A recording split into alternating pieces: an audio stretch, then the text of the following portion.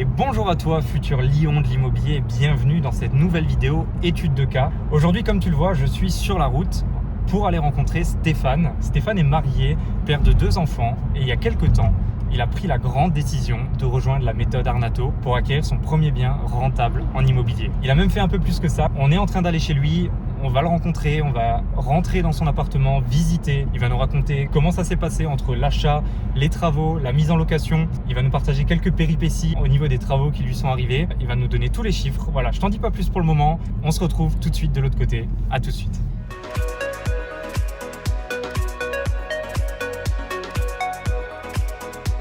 Salut Stéphane, c'est Franck. Allez, c'est parti.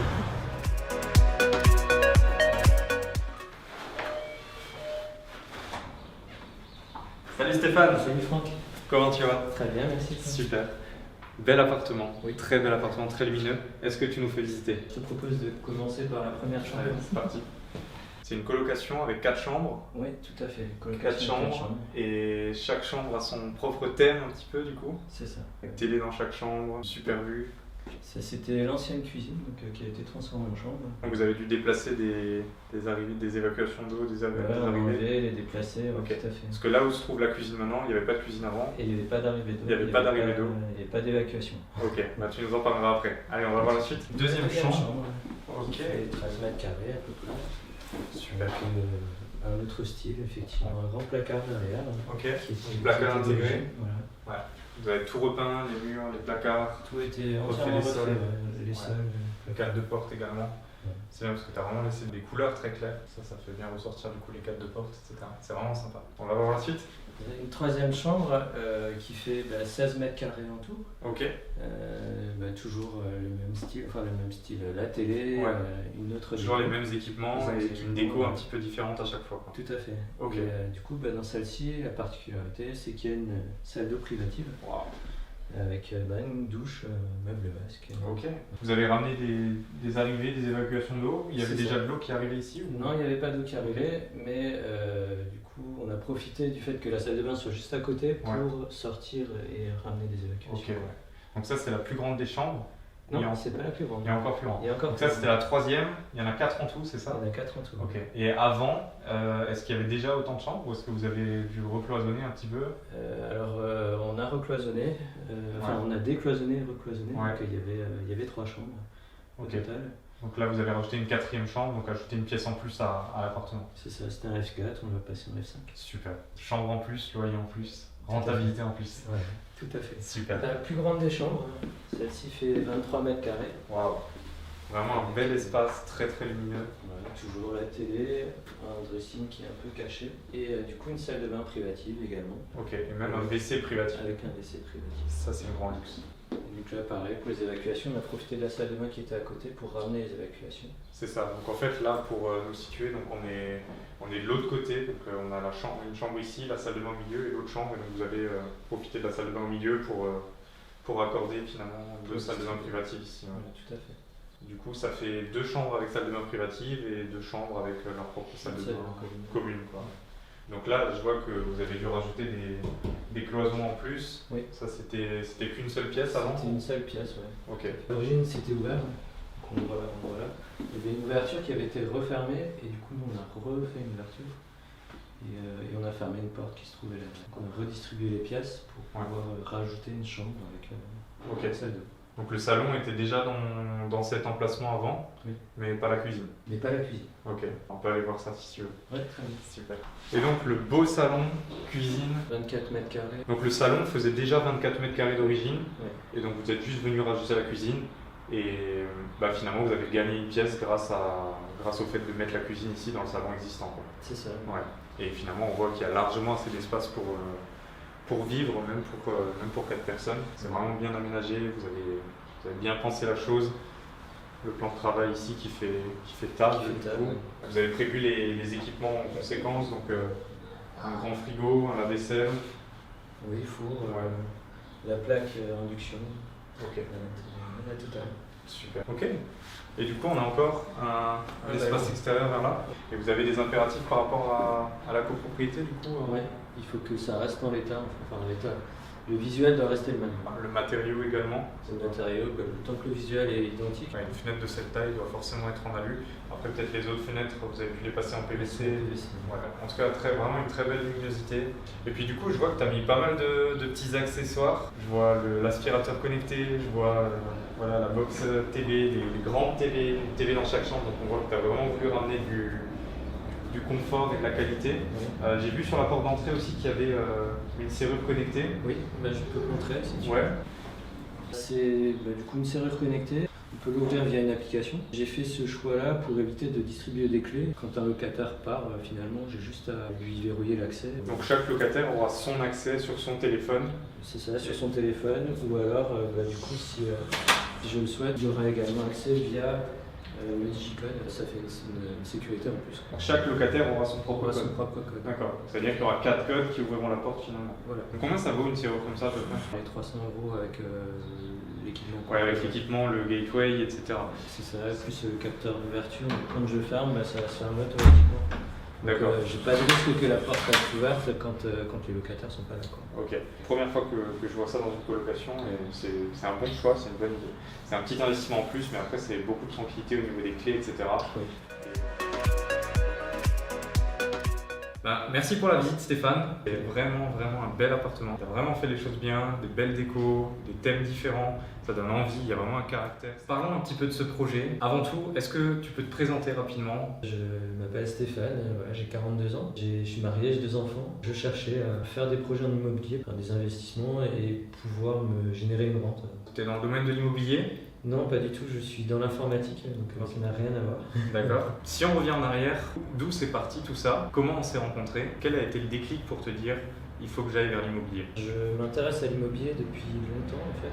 Notre ancienne résidence principale qu'on louait, mais en nu, on payait des impôts dessus. On cherchait une solution pour pouvoir investir aussi encore plus et voir ce qui était possible de faire. Donc je me suis lancé dans des vidéos. À force de regarder des vidéos, j'ai vu une de tes vidéos. Et puis c'est comme ça que je t'ai contacté. Vous aviez un appartement qui vous coûtait de l'argent, on va dire, puisque vous payiez beaucoup d'impôts dessus. Comment on se dit du coup, je vais en faire un deuxième du coup? Ou je vais faire les choses différemment, peut-être, c'était ça l'idée? C'était ça l'idée, faire les choses différemment. Et à force de regarder des vidéos, on comprend finalement la fiscalité, qu'il y a d'autres choses à faire. C'est assez difficile de se lancer en fait. On a beau regarder des annonces, déjà il faut chercher un secteur, etc. C'est quoi qui vous freinait au début pour sortir, faire les visites, trouver ce bien justement? C'était quoi les blocages que vous aviez finalement? C'était de savoir si c'était réellement rentable, si on ne faisait pas des bêtises, si au niveau des travaux ça pouvait le faire, c'était suffisamment bien calculé pour que ça soit rentable.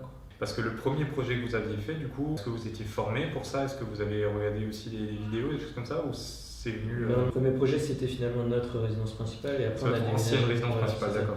On n'avait pas réussi à la vendre, à vendre cet appartement. Et du coup, on s'est dit qu'on allait le mettre en location, mais on voulait rien gérer du tout. Donc on l'a mis en gestion, on avait juste les loyers qui rentraient. Donc c'est à quel moment que vous vous êtes dit on aurait pu faire les choses différemment finalement? Une fois qu'on a fait notre premier entretien, qu'on a vu que l'idéal, ça serait de changer de stratégie sur cet appartement et les prochains.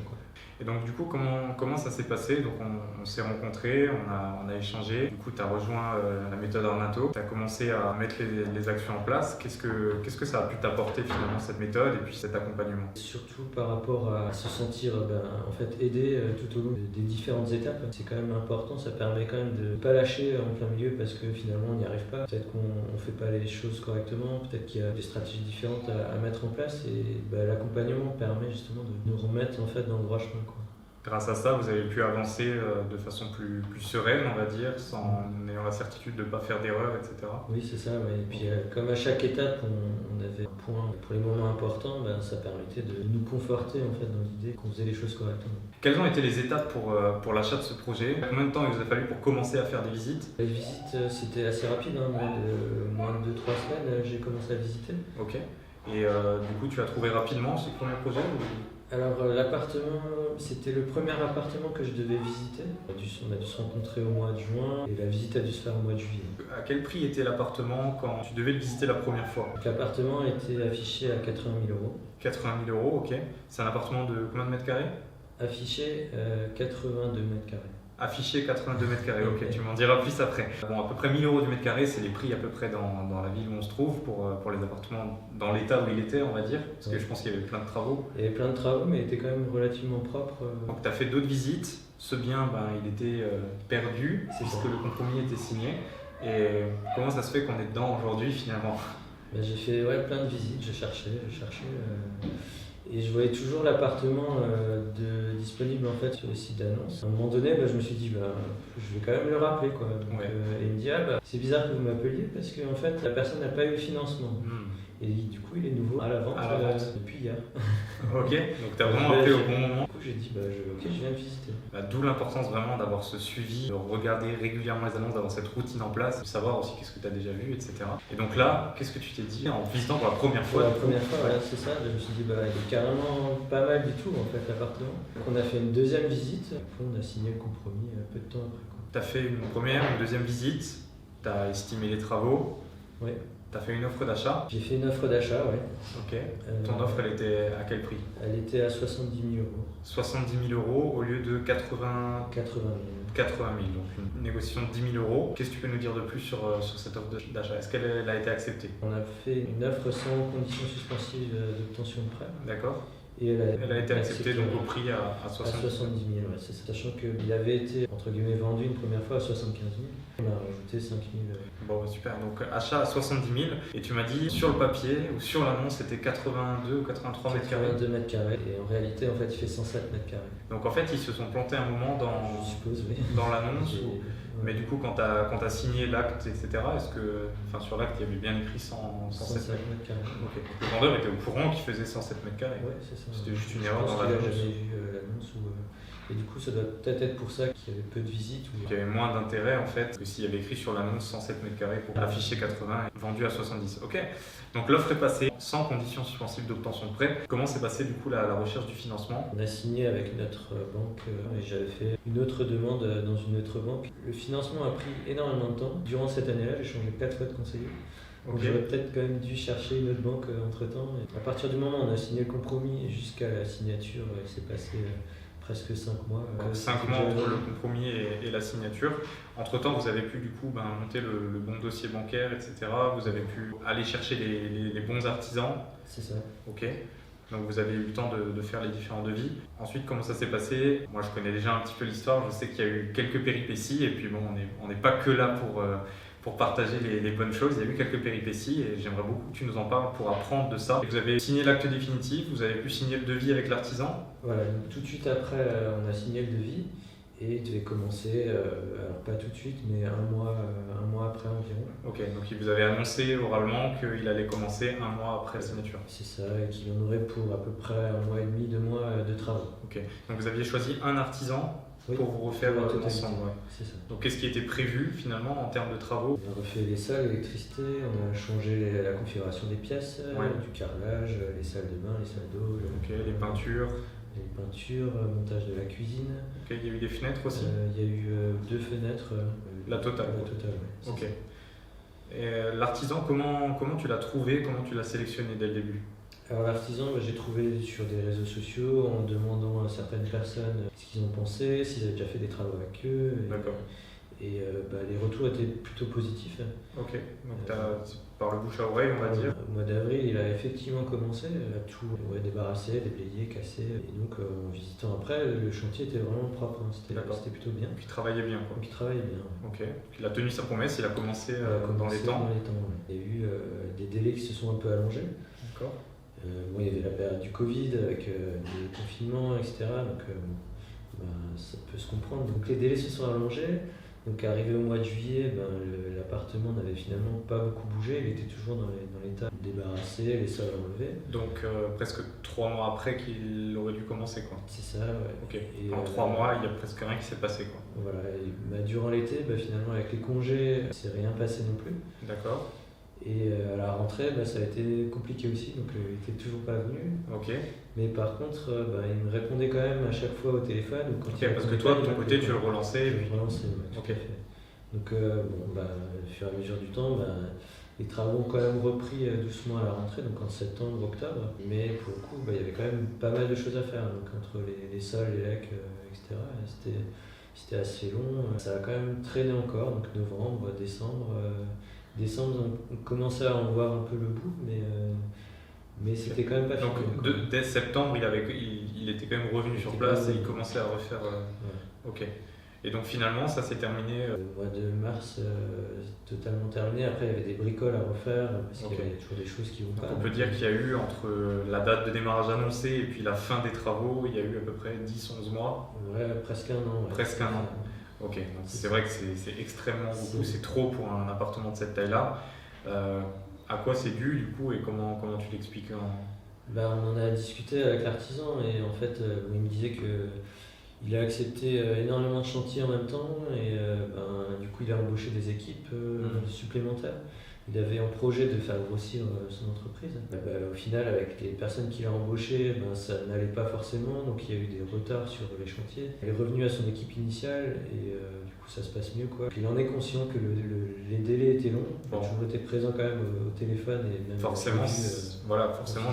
Toi, ça t'a fait perdre beaucoup de temps et donc beaucoup d'argent aussi, puisque c'est des mois où tu louais pas. Comment toi, de ton côté, tu as pu ce qu'on a mis en place ensemble, du coup, notamment sur le différé, j'entends, comment grâce à ça, ça a pu te protéger un petit peu, on va dire? Oui, le différé, donc j'ai demandé un différé, alors je voulais pas faire un différé trop long, pour commencer à rembourser le prêt quand même assez rapidement. Finalement, j'aurais dû faire quand même 24 mois, j'ai fait un différé d'1 an. Pensant que 6 mois de travaux plus 6 mois, ça me renflouerait quand même les comptes. Et bon, au bout d'un an, là, je vais commencer à payer la totalité du prêt. Mais au final, je serai quand même dans les clous. Tu t'y retrouves avec les locataires qui arrivent là dans la semaine. Donc finalement, le retard t'a coûté le fait de ne pas avoir pu profiter, on va dire, de cette année différée pour mettre un peu de cash de côté sur ce bien, etc. Il y a eu quelque chose qui s'est mal passé. Maintenant, quelle est la leçon finalement que tu retiens de ça? Déjà prendre un différé plus long la prochaine fois, même si je m'y retrouve là. Et la deuxième leçon, je pense qu'elle est plus importante encore. Avant de signer le devis, demander des indemnités de retard. Des indemnités de retard. Laisser quand même le temps à l'artisan, en cas de problème, de se retourner. Je sais pas, laisser un mois peut-être. De délai supplémentaire une fois qu'on lui a posé la question de ces délais et ensuite mettre des indemnités de retard. Voilà. Ça, pour ceux qui ne sauraient pas ce que c'est les indemnités de retard, c'est simplement de mettre au clair en fait avec l'artisan au moment de commencer le chantier, de dire monsieur l'artisan, vous avez annoncé que vous commencerez en avril. Dites-moi, quand est-ce que vous pensez finir? Là, il t'avait annoncé 1 mois et demi. Par exemple, de lui laisser 2 mois, 3 mois, et puis de lui dire, si au bout du 2e mois, donc si au bout du fin du mois de juin, quelque chose comme ça, les travaux ne sont pas terminés, on mettra en place 50 € par jour de retard, 0,5% du prix de devis par jour de retard. C'est des choses que vous pouvez mettre en place. Après, là où c'est compliqué en fait de le mettre en place, c'est quand il y a plusieurs entreprises et que elles sont un petit peu dépendantes l'une de l'autre. Par exemple, si tu as un électricien qui travaille avec un plaquiste et du coup il faut attendre que le plaquiste ait avancé pour que l'électricien puisse poser ses gaines et ensuite le plaquiste doit fermer les murs, etc. Là, c'est compliqué parce qu'ils dépendent d'autres entreprises, mais dans ton cas, en effet, où il y avait une seule entreprise, c'est quelque chose qu'on aurait pu mettre en place, que tu feras la prochaine fois. Que je ferai, même si j'avais confiance en fait en l'entreprise et en la personne. Mais effectivement, il y a des aléas qui font que on n'est jamais trop prudent. On a parlé des choses un peu négatives, mais est-ce que tu peux nous donner des chiffres quand même sur cet appartement? Notamment, là, tu n'as pas trop pu profiter de la période de différé, même si tu as quand même sécurisé, on va dire, parce que pendant 1 an, tu n'as pas eu ce prêt à payer. Donc maintenant, avec le prêt qui arrive, quel est le montant des mensualités que tu vas régler maintenant? Environ 700 €. Environ 700 € de crédit, ok. C'est pour un emprunt total de combien? De 140 000 €. 140 000 €, tu as emprunté la totalité? Oui. Pas d'apport? Il y a eu 3 000 € d'apport. Ok, 3 000 € d'apport, un prêt sur combien de temps? Sur 20 ans. Sur 20 ans, avec 1 an différé d'anticipation en plus? Non, du coup en moins. Ok, sur donc l'anticipation. C'est 19 plus 1. 19 plus 1. Ok, le taux, c'est pas important, on va pas en parler forcément. Cet appartement, combien il peut te ramener de loyer? Il y a 4 chambres, 350 € par chambre. 350 € par chambre. Okay. Et il me rapportera à peu près 1400 € par an. 1400 € de loyer hors charge du coup. Donc un delta d'à peu près 750 € quoi. C'est ça. Okay. Tu as fait le calcul avec d'autres charges, les taxes foncières, etc. Quel est le cash flow que ça générait? C'était environ 450 €. Maintenant, par la suite, ça fera effectivement. Bien sûr, 450 € de cash flow, théoriquement, même si tu as une chambre qui n'est pas louée au moment ou que tu as un peu de vacances locatives, des choses comme ça, c'est un bien qui s'autofinance largement, qui va même te permettre de mettre tout doucement de la trésorerie de côté sur celui-là. Donc, bravo pour ça vraiment. Et puis encore une fois, c'est un très bel appartement que tu as vraiment valorisé et que tu revendras facilement aussi, j'en suis sûr. Ouais, je pense. Ouais. Est-ce que tu as une idée déjà, ou tu as déjà pu le faire valoriser un peu par rapport à ce que tu as investi ou... Non, je ne l'ai pas fait estimer, mais rien qu'à l'achat, en fait, si je l'avais vendu, j'aurais pu le vendre, je pense, 90 000 €. Ouais, tu aurais déjà pu faire 20 000 € de plus-value juste à l'achat, sans travaux. Ouais. Ouais, parce que tu as acheté à 70 000 € pour 107 mètres carrés, tu as acheté à 700 € du mètre carré, quelque chose comme ça. Ouais, un peu moins.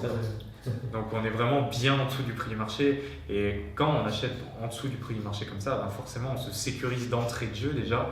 On dit la bonne affaire se fait à l'achat, c'est exactement ce que tu as fait, donc c'est excellent. Quelle est la suite des projets du coup, Stéphane?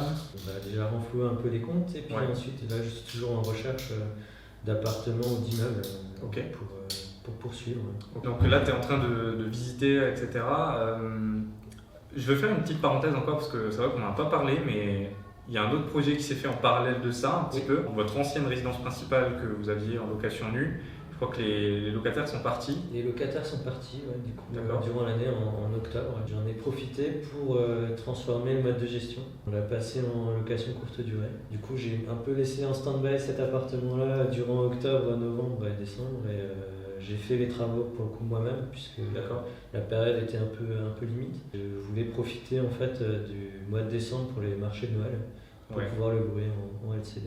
Ok, et donc là aujourd'hui c'est un appartement qui est loué en LCD. Qui est loué en LCD, qui tourne. Le début de l'année est calme, mais ça va, là les beaux jours arrivent, donc ça va se louer. Je pense que pendant la période de Noël déjà, vous avez dû faire un beau chiffre d'affaires. Oui, je pense qu'on a fait au moins x5 par rapport au loyer, en location.